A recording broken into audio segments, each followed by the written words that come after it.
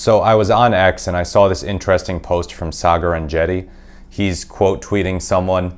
The original post says, "It's underrated how many mega successful people are just innately way higher energy, sleeping 5 to 6 hours a night, always on, work through weekends for the fun of it, etc. It becomes painfully evident the more of these you interact with. They just operate at a high frequency." So Saagar and Enjeti responds to this saying, "A universal theme in the biographies of our best presidents is some version of 'they were just wired differently' with regard to sleep and energy.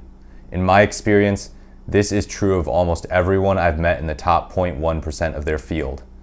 What's really terrifying is what happens when this particular genetic makeup collides with stimulants. That's when things get interesting. Ulysses S. Grant would chew up to 18 cigars a day. JFK, of course, would get shot up with meth." Yeah, I wouldn't recommend chewing 18 cigars a day. But yeah, I mean, he's getting at something there. And this brings us to some life discussion, hard work discussion, genetics discussion. Some of the people, who are the top at what they do, yes, there's hard work involved. But there is something in them a lot of the time that just gives them the drive, gives them the ability to just freaking sleep 3 or 4 hours a night, wake up and feel totally fine and keep going. Now, obviously, they'll probably need to recover that sleep later at some point. But there are some folks, Donald Trump is said to sleep about 4 to 5 hours a night. I mean, that is terribly low. I mean, you should be getting like 6, 7, 8. But yeah, it's like, if it works for him, it works for him. I mean, he got elected president. Another thing too is just, in addition to that drive and sort of having it in your genes that you are unfazed by everything and maybe stimulants help you out a lot, is ego. Ego. Let's face it.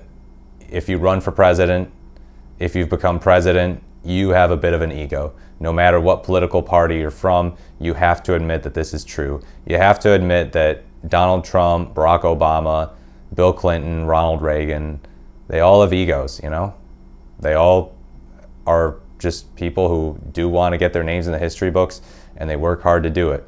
But yeah, a lot of these people who end up becoming president, becoming CEOs, things like that, it's like you look at what their routine is, and it's like, holy cow, how does this person do so much with so few opportunities to take a break or anything?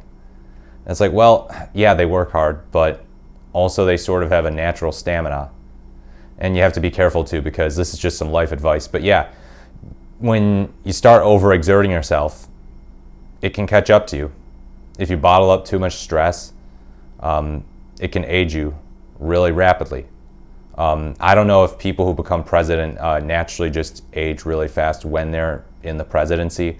I mean, Obama at the start of his presidency and at the end of his presidency looked a lot older, but also it was a full 8 years, and he was going from being in his 40s to being in his 50s, which can be a pretty big jump for a lot of people. So I don't know necessarily how much the presidency ages you, but I do know that when you're working in a high stress environment, if you don't take care of yourself, if you don't take care of your mental health, and at least find some opportunities to take a break, it can get you. I mean, look at how Lyndon B. Johnson, he was having panic attacks over the Vietnam War. Richard Nixon, I mean, he didn't die young or anything, obviously, but like there's documentaries about him and how he was talking about how he wished that he had never woken up this morning, that he had just died in his sleep or something. Like, this stuff takes a toll on people. So yeah, just something interesting I saw on X and kind of wanted to talk about it and the broader context of things. But yeah, what do you think? Do you think presidents and top 0.1% performers are just wired differently, like Saagar and Enjeti is saying? Do you think that it's just a roll of the dice? Do you think that hard work gets you everywhere and there's nothing in your genetics that determines how well you're going to do? I mean, the fact of the matter is that nature and nurture play a role in both of these things. They both are relevant to the business field, the political field. they'll help you out. You know, some people are just better equipped to do things really well than others, and some people are just more willing to work hard than others. So yeah, that's my opinion on the matter. Let me know what you think in the comments. Please leave a like, comment, or subscribe if you enjoyed this video. As always, thank you so much for watching, and I look forward to speaking to you in the next video.